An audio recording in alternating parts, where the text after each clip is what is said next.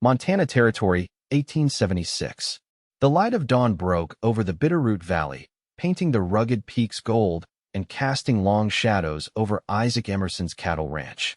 At 25, Isaac stood on his porch, clean-shaven and broad-shouldered, watching the distant horizon where the stagecoach would appear.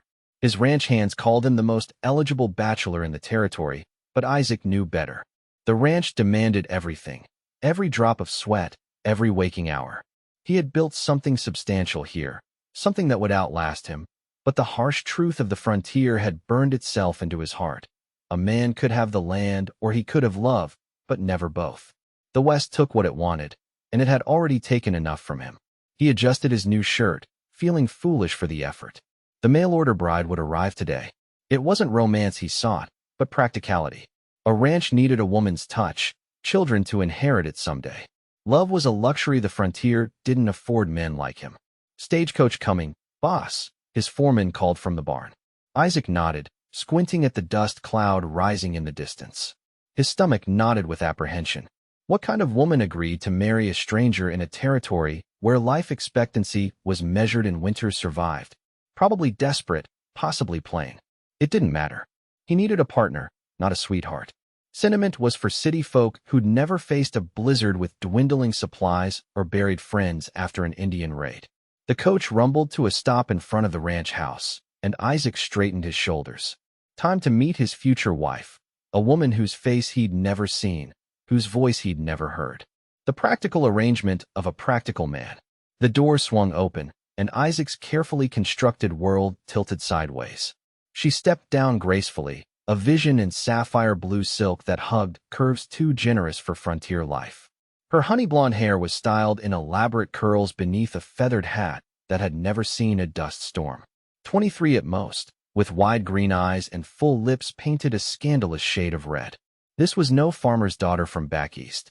"Mr. Emerson?" Her voice carried a practiced melody that didn't belong in Montana Territory. Isaac's throat went dry. "Ma'am." Delilah Newcombe. She extended a gloved hand, studying his face with an unsettling directness. "I believe you were expecting someone else." The stagecoach driver wrestled her trunks down. 3 of them, each more elaborate than anything Isaac had ever owned. The man gave Isaac a knowing look before climbing back to his seat. "There's been a mistake," Isaac managed. "I'm expecting Miss Eleanor Whitfield." Delilah's perfect smile didn't waver. "Miss Whitfield fell ill in Denver and couldn't continue the journey. I happened to be traveling in the same direction and offered to deliver this." She handed him an envelope. "The bride agency sends their apologies." Isaac stared at the letter, then back at the woman who clearly wasn't the sensible, hard-working wife he'd arranged for. Everything about her screamed city sophistication and expense. "The next coach won't come through for 2 weeks," she added, removing her gloves deliberately. "I find myself temporarily stranded." Before Isaac could respond, his foreman Jake appeared at his shoulder. The man's eyes widened at the sight of Delilah, and he removed his hat so quickly he nearly dropped it. "Ma'am," Jake said, bowing awkwardly. "Welcome to Emerson Ranch." "Thank you, Mr. Jake Miller, ma'am." "Just Jake." Isaac watched in disbelief as his most trusted hand transformed into a stammering fool. When Jake offered to show her inside, Isaac found himself following behind like a stranger on his own property. Inside, Delilah surveyed the sparse furnishings with a neutral expression that somehow made Isaac feel the lack of every comfort. His practical pine table, the mismatched chairs, the absence of anything purely decorative, all stood exposed under her gaze. "It's very," she paused, "frontier authentic." Jake laughed too loudly. "Mr. Emerson runs the finest spread in the valley. For 1,000 acres and growing." "Impressive," she said, though her tone suggested land wasn't the currency she valued. Isaac found his voice. "Miss Newcombe, may I ask what brings you to Montana Territory? Women don't typically travel here without purpose." Her smile tightened almost imperceptibly. "Everyone has a past they're leaving behind, Mr. Emerson. Isn't that the promise of the West? A fresh start." Something in her polished demeanor cracked for just a moment, something wounded and wary that resonated with Isaac's own carefully hidden scars. Then it was gone, replaced by that practiced smile. "I'll prepare some coffee," Isaac said, needing distance from the unsettling stranger in his home. In the kitchen, Isaac opened the letter. Eleanor Whitfield had indeed fallen ill, but the agency promised to send another suitable bride within the month. Meanwhile, he was stuck with a city woman who looked like she'd blow away in the first strong wind. The ranch hands were already gathering outside, making excuses to pass by the house windows. News traveled faster than wildfire. The boss had a beautiful woman visiting. Isaac groaned. 2 weeks with Delilah Newcombe would be the longest 2 weeks of his life. That evening, Isaac sat across from Delilah at dinner, watching as she delicately cut her beef. The ranch hands had arranged themselves around the bunkhouse, hoping for a glimpse of their visitor through the window. "You don't have to stay here," Isaac said abruptly. "The town's hotel is decent enough." "Is my presence so troubling?" Her green eyes met his directly. "It's inappropriate. An unmarried woman staying with an unmarried man. Ah, propriety." She smiled faintly. "I assure you, Mr. Emerson, my reputation is the least of my concerns." Something in her tone made Isaac study her more carefully. Her clothes were fine, but showed signs of wear upon closer inspection. Her hands, though delicate, bore calluses not typical of ladies who never worked. "What's your real story, Miss Newcombe?" She set down her fork. "Direct, aren't you? Very well.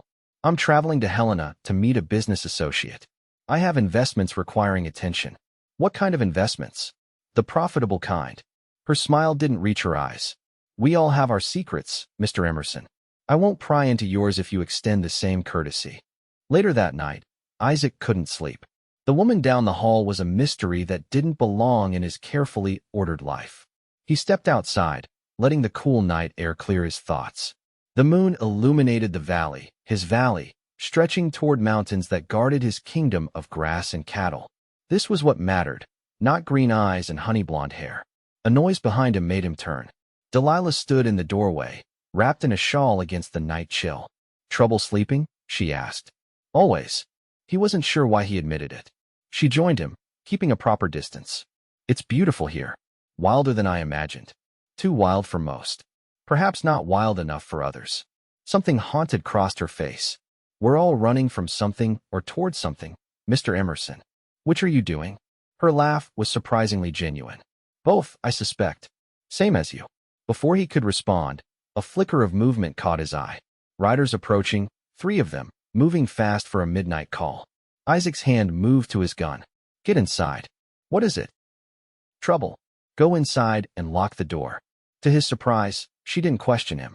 As she retreated, Isaac saw her reach into her boot and withdraw a small derringer before disappearing into the house. The riders approached, and Isaac recognized the lead man. Harlan Carter, owner of the neighboring ranch and perpetual thorn in Isaac's side. "Bit late for a social call, Carter," Isaac said as they reined in. Carter's face was flushed with whiskey and anger. "Heard you got company, Emerson."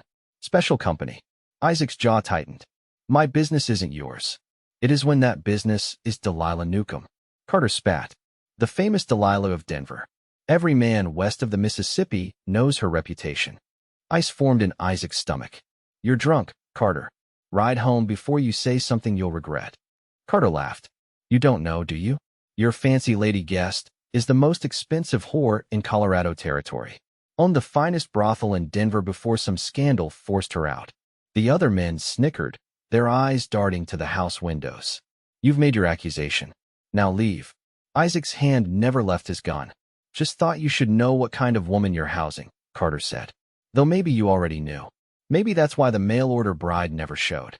"Why buy the cow when—" Isaac's fist connected with Carter's jaw before he could finish, sending the older man stumbling backward. His companions reached for their guns, but Isaac already had his drawn. "Next one won't be with my fist," he said quietly. "Right out. Now." After a tense moment, Carter spat blood and remounted. "This isn't over, Emerson." When they were gone, Isaac turned to find Delilah standing in the doorway, her face unreadable in the moonlight. "Is it true?" he asked. She lifted her chin. "Which part?" "Any of it." "All of it. Does it matter?" Her voice was steady. "Would knowing I once ran the most exclusive gentleman's establishment in Denver change who I am standing before you now?" Isaac ran a hand through his hair. "Why are you really here, Miss Newcombe?" "I told you. Helena. Business." She stepped closer. "The stagecoach wasn't supposed to stop here. I had no intention of walking into your life, Mr. Emerson. And Denver? The brothel? Her eyes hardened. The Golden Lily was a business. My business. Men like Carter, powerful men with weakness in their hearts. They don't like when a woman holds power over them, when she knows their secrets. What happened? I made an enemy I couldn't afford. So I sold everything and left. Isaac studied her face, looking for deceit, but finding only weariness. Why, Helena? A fresh start. I have enough saved to open a legitimate business. A hotel, perhaps. The revelation should have shocked him, disgusted him. Instead, Isaac found himself admiring her resilience. How many women could build an empire, lose it all, and immediately set out to build another? You should leave tomorrow, he said, not unkindly. Carter's the type to spread stories. She laughed bitterly. I'm well acquainted with men like Carter. Their stories preceded me here, evidently. Isaac realized then that her presence endangered not just his reputation, but her safety. Carter and his kind wouldn't let a woman like Delilah pass through their territory without making her pay some toll. I'll escort you to Helena myself, he decided. We'll leave at first light. Her eyes widened in surprise. Why would you do that? Isaac wasn't entirely sure himself. Because the West may be wild, but it shouldn't be cruel to those seeking a new beginning. The journey to Helena would take 4 days by wagon. Isaac arranged for his foreman to manage the ranch, packed supplies, and hitched his best team to the wagon before dawn. When Delilah emerged from the house, she had transformed. Gone were the impractical silks, replaced by a simple brown traveling dress. Her hair was braided simply down her back. You look less conspicuous, she offered, climbing onto the wagon seat. Practical, he finished, though the simple clothes did nothing to diminish her beauty. They headed north, following the winding trail through the valley. Delilah sat straight back beside him, her eyes constantly scanning the horizon. You watch the land like someone used to trouble, Isaac observed. In my experience, trouble rarely announces itself. She glanced at him. Though I suspect you know that better than most. What makes you say that? Your eyes. They're always looking for escape routes, assessing threats. Her voice softened. What were you before the ranch, Mr. Emerson? Isaac stiffened. No one asked about his past. Just a man looking for something to call his own. As was I. She smiled faintly. Though society affords men more respectable paths to independence. The first day passed without incident. They made camp in a sheltered ravine, and Isaac was impressed when Delilah insisted on helping with every task, starting the fire, preparing food, setting up her own bedroll at a respectable distance from his. Where did you learn trail skills? He asked as they ate beans and bacon by firelight. I came west in a wagon train at 16. My parents died of fever in Kansas. She stared into the flames. I learned to survive. And Denver. After you've buried your parents on the prairie, your options narrow considerably. Her voice held no self-pity. I was pretty and smart. I used what I had. Isaac found himself respecting her honesty. Most wouldn't admit their past so openly. I'm tired of lying, Mr. Emerson. Exhausted by it, in fact. She looked up at him. What about you? What are you running from? What makes you think I'm running? Men don't build remote ranches in Indian Territory unless they're running towards something or away from something. Usually both. Isaac poked at the fire. I fought for the Union. Saw things men shouldn't see. Did things that follow a man. And now you build instead of destroy. I try. They fell silent. The crackling fire and distant coyote calls the only sounds. Isaac realized it was the most he'd spoken about himself in years. On the second day, trouble found them. They had stopped to water the horses when riders appeared. Carter and 5 men, spread out in a line that blocked the trail ahead. Stay in the wagon, Isaac said quietly, reaching for his rifle. Delilah ignored him, slipping her derringer from her boot. I told you, men like Carter don't like women who know their secrets. What does he want? To make sure I never reach Helena. Her eyes were cold. He frequented the Golden Lily. His appetites would destroy his standing if made public. Carter rode forward, his men flanking him. Thought you might take the northern trail, Delilah. Always were clever. Mr. Carter. Still can't accept rejection gracefully, I see. Her voice carried surprising strength. Isaac positioned himself between the wagon and the approaching men. This is still my territory, Carter. You're trespassing. Just want a word with the lady, Emerson. Then you can continue your journey. Carter's smile didn't reach his eyes. Unless you've already sampled her famous talents and decided to keep her for yourself? Isaac's finger tightened on the trigger. Last chance to leave peacefully. Carter's men spread wider, hands moving toward weapons. You're outnumbered, boy. Be smart. The first shot came from behind Isaac, Delilah's derringer, striking Carter's shoulder and spinning him in the saddle. In the moment of shock that followed, Isaac fired twice, hitting one man in the leg and another's horse, creating chaos in their line. Get down, he shouted, grabbing Delilah and pulling her behind the wagon as bullets splintered wood around them. She reloaded with practiced efficiency. I told you I could handle myself. So I see, Isaac said, returning fire and forcing Carter's men to scatter for cover. The firefight lasted less than 2 minutes, but it felt like hours. When the shooting stopped, 2 of Carter's men lay wounded, and the others, including Carter himself, were retreating, leaving dust trails across the prairie. They'll be back, Delilah said grimly. With more men. Isaac checked her for injuries, his hands gentle on her shoulders. Are you hurt? No. She looked up at him, something vulnerable breaking through her composure. But you are. Isaac felt the burn then. A bullet grazed along his upper arm that had torn his shirt and left a bloody furrow. Delilah led him to the wagon, her hands steady as she cleaned and bandaged the wound. Why did you step in front of me? She asked quietly. You could have let them take me. No, I couldn't have. Her fingers paused on his arm. You don't even know me. I know enough. He met her eyes. You're surviving, same as me. Something shifted between them then, an understanding that went beyond words. They were both damaged by life, both fighting to build something from the ruins of their past. That night, they didn't make a fire, instead eating cold rations as they hid the wagon in a dense stand of trees. Delilah sat close enough that Isaac could smell the faint lavender scent of her hair. They'll watch the main trail to Helena, she said. We need another route. Isaac studied his maps by moonlight. There's an old trapper's path through the mountains. Rough going, but Carter won't expect it. How much longer will it take? 2 extra days, maybe 3. Delilah nodded. I'm sorry I've brought this trouble to you. Trouble finds me regardless. Isaac surprised himself by reaching for her hand. What did Carter mean about your rejection? She didn't pull away. He wanted to marry me. When I refused, he threatened to expose my past to the authorities, claim I had stolen from clients. Had you? No. My establishment operated within the letter, if not the spirit, of Colorado law. Her fingers tightened around his.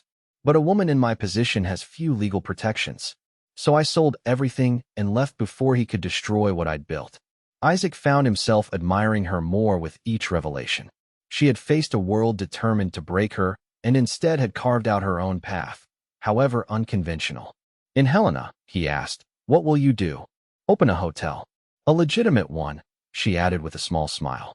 I understand hospitality better than most. You'd be good at it. She studied his face in the moonlight. You don't judge me for my past. We've all done what we had to do. Isaac thought of battlefields strewn with bodies, of men he'd killed without knowing their names. The past is just that, past. When her lips met his, Isaac was too surprised to respond at first. Then he was kissing her back, his hand cupping her face as something long dormant awakened in his chest. When they parted, her eyes searched his. I shouldn't have done that, she whispered. No, he agreed, then pulled her close again. They took the trapper's trail at first light, a narrow path that wound through forests and rocky passes. The wagon struggled over the rough terrain, but Isaac's team was strong. Delilah sat beside him, occasionally steadying herself against his arm when the trail grew particularly treacherous. By evening, they had climbed high enough to see the valley spread out below them, a patchwork of greens and browns that stretched to distant mountains. It's beautiful, Delilah said as they made camp. Like the whole world is laid out before you. That's why I chose Montana. Isaac built a small fire, sheltered from view by rock formations. You can see trouble coming. She smiled at that. Yet you didn't see me coming. No. He returned her smile. You were a surprise. That night, their bedrolls lay closer together, and when Delilah shivered in the mountain chill, Isaac wrapped his blanket around both of them. She fit against him perfectly, her head resting on his shoulder as they watched stars appear in the darkening sky. Tell me about your ranch, she said softly. Isaac described his land, his cattle, the house he was slowly expanding, the orchards he'd planted that would bear fruit in a few years. As he spoke, he realized he was describing a future, one he'd never shared with anyone before. "It sounds wonderful," she murmured sleepily. "It's lonely," he admitted. "Beautiful but empty." She pressed closer. "I understand loneliness." In the morning, they continued their journey, the trail growing steeper and more challenging. By midday, dark clouds were gathering over the peaks ahead. "Storm coming," Isaac said, studying the sky. "We need shelter." They found an abandoned trapper's cabin just as the first heavy raindrops fell. The roof leaked in places, but the stone walls were solid enough to block the wind that began to howl through the mountain pass. Delilah explored the single room while Isaac tended the horses in the attached lean-to. When he returned, she had started a fire in the small hearth and was arranging their provisions. "Playing house?" he asked lightly. She smiled. "Practicing for my hotel." The storm intensified as evening approached, lightning illuminating the cabin in brief, brilliant flashes. They sat before the fire, sharing a meal and stories from their lives. Isaac found himself telling her about his childhood in Pennsylvania, his time in the army, the nightmares that still plagued him. She listened without judgment, occasionally touching his hand in comfort. In turn, she told him about growing up the daughter of a failed merchant, the Wagon train west, the first man who had both protected and exploited her, and how she had eventually built her business in Denver. "I never regretted my choices," she said firmly. "I gave women safe work, taught them to read, helped them save money. Some married, some started businesses. I helped more women than most churches." Isaac believed her. In every story, Delilah revealed herself as someone who created order from chaos, who protected those under her care. "You would have made a good rancher's wife," he said without thinking. Her eyes widened. "Is that a proposal, Mr. Emerson?" Heat rushed to his face. "An observation." She moved closer until he could feel her breath on his cheek. "And if it were a proposal? You're headed to Helena, to start your hotel." He forced the words out, though his hand had already found her waist. "Plans can change." Her lips brushed his ear. "Mine already have." When they made love on the cabin floor, wrapped in blankets before the fire, Isaac felt walls crumbling inside him that had stood since Antietam. Delilah's touch healed something he hadn't known was broken, and when she cried out his name, he felt reborn in her arms. Afterward, she traced the scars on his chest, learning his body's history. "What happened here?" "Bayonet. Gettysburg." Her fingers moved to another scar on his shoulder. "And here?" "Arrow. Sioux raiding party, my first year in the territory." She pressed her lips to each mark. "You've survived much." "As have you." He brushed her hair from her face. "Though your scars aren't visible." "Aren't they?" Her smile turned sad. "I think they show in everything I do." They slept entwined, the storm raging outside while they created a fragile peace within. Isaac dreamed of Delilah standing on his porch, watching sunset over his. There, land, her belly swollen with his child. He woke with a start, disturbed by how desperately he wanted that dream to be real. The storm passed by morning, leaving mud and debris across the trail.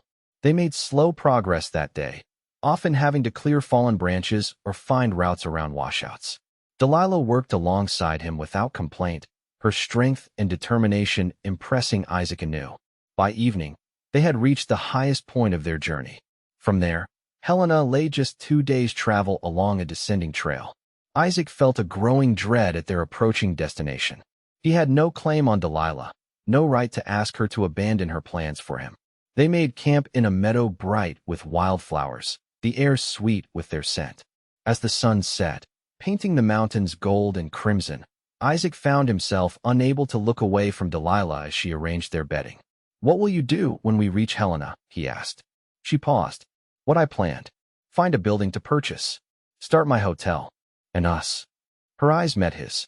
"Is there an us, Isaac?" It was the first time she had used his given name, and it sent warmth spreading through his chest. "I want there to be." The admission came easier than he expected. "I haven't wanted anything for myself in a long time." She came to him then, taking his hands in hers. "You deserve happiness." "So do you." He drew her close. "Could you find it on a cattle ranch in the middle of nowhere? Is that your proposal?" Her eyes sparkled with unshed tears. "It is." Isaac knelt before her, still holding her hands. "Delilah Newcombe, I know we've only known each other days, but I've never been more certain of anything. Will you marry me? She pulled him to his feet, her smile radiant through her tears. Yes. God help me, yes. They spent the night planning their future, expanding the house, adding the touches that would make it a proper home. Delilah spoke of gardens she would plant, curtains she would sew, recipes she would cook. Isaac told her of the apple trees that would bear fruit next year, the creek where they could swim in summer, the valley where wildflowers bloomed each spring. What about children? She asked hesitantly. Do you want them? More than anything. He placed his hand on her stomach, imagining. A houseful. Her smile faltered. My past is past. He kissed her forehead. Our children will know their mother is the strongest, bravest woman in the territory. Nothing else matters. On the fourth morning, they crested a rise and saw Helena spread out in the valley below, smoke rising from chimneys, the glint of windows in the morning sun. Your future awaits, Isaac said softly. Delilah looked from the town to Isaac, then back again. Her hand found his on the wagon seat. No, it's behind us now. They turned the wagon around, retracing their path through the mountains. The journey back was filled with plans and dreams, with stolen kisses when they stopped to rest the horses, with nights spent in each other's arms beneath the vast Montana sky. As they approached the valley where Isaac's ranch lay, Delilah grew quiet, a tension creeping into her shoulders that hadn't been there before. What troubles you? He asked. What if your people won't accept me? What if Carter has spread stories? Isaac squeezed her hand. Then we'll face it together. This is your home now. I'll defend that with my life if necessary. The ranch came into view, the familiar buildings nestled against the hillside, cattle dotting the meadows beyond. Smoke rose from the bunkhouse chimney, and figures moved in the yard, his ranch hands going about their daily work. As they approached, Jake came running toward them, waving his hat. Boss, thank God. We thought you might be. He stopped abruptly, noticing Delilah. Miss Newcombe, you're back too. Isaac helped Delilah down from the wagon. Miss Newcombe has agreed to become Mrs. Emerson. We'll be married as soon as arrangements can be made. Jake's eyes widened, darting between them. That's unexpected. Is there a problem, Jake? Isaac's voice carried a warning. The foreman shuffled his feet. Carter's men came by, said things about Miss Newcombe that were lies. Isaac interrupted. Or ancient history. Miss Newcombe is to be my wife and the mistress of this ranch. Anyone who can't respect that is welcome to collect their wages and leave. Jake studied Delilah for a long moment, then broke into a slow grin. Well, she did shoot Carter, according to the story going around. That makes her a hero in my book. He extended his hand. Welcome home, Miss Newcombe. Delilah's relief was palpable as she shook his hand. Thank you, Jake. And please, call me Delilah. Word spread quickly, and by evening, the ranch hands had gathered to welcome their boss's bride-to-be. Some were hesitant at first, eyeing her fine manners and educated speech with suspicion. But when Delilah rolled up her sleeves and helped prepare the celebratory meal, laughing and trading stories, their reservations melted away. Later, as they stood on the porch watching stars appear over the mountains, Delilah leaned against Isaac's shoulder. Carter will try again, she said softly. Men like him don't forgive easily. Let him try. Isaac wrapped his arm around her waist. This is our land now. Our future. Our home, she whispered, the word carrying all the wonder of someone who had never truly had won before. The wedding took place 2 weeks later on the ranch, with a judge brought from town and neighbors from miles around in attendance. Carter and his men stayed away, though Isaac posted guards just in case. Delilah wore a simple white dress she had sewn herself, her honey blonde hair adorned with wildflowers. When she walked toward him on Jake's arm, having no father to give her away, Isaac felt his heart might burst from his chest. I take this woman, he vowed when his turn came, his voice carrying across the assembled guests, to be my wife, to protect and cherish, to build with and dream with, until death separates us. Delilah's eyes shone with tears as she responded. I take this man to be my husband, to stand beside through storm and calm, to create a home with, to love faithfully, until death separates us. When the judge pronounced them husband and wife, the ranch hands erupted in cheers that echoed across the valley. The celebration lasted well into the night, with music and dancing under lantern light.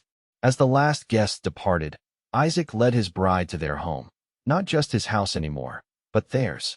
On the porch, he swept her into his arms. "Welcome home, Mrs. Emerson." "Home," she repeated, wrapping her arms around his neck as he carried her across the threshold. "I never thought I'd find one." "Nor I," he admitted, setting her down in what was now their bedroom. "I thought the land was enough. That love was a luxury I couldn't afford. And now," he cradled her face in his hands, "now I know that without you, none of it would matter. You've made this place a home, Delilah. You've made me whole again." She kissed him then, a promise of all the years to come. The famous madam and the lonely rancher. Who would have thought? God works in mysterious ways. Isaac smiled against her lips. "And I, for one, am eternally grateful."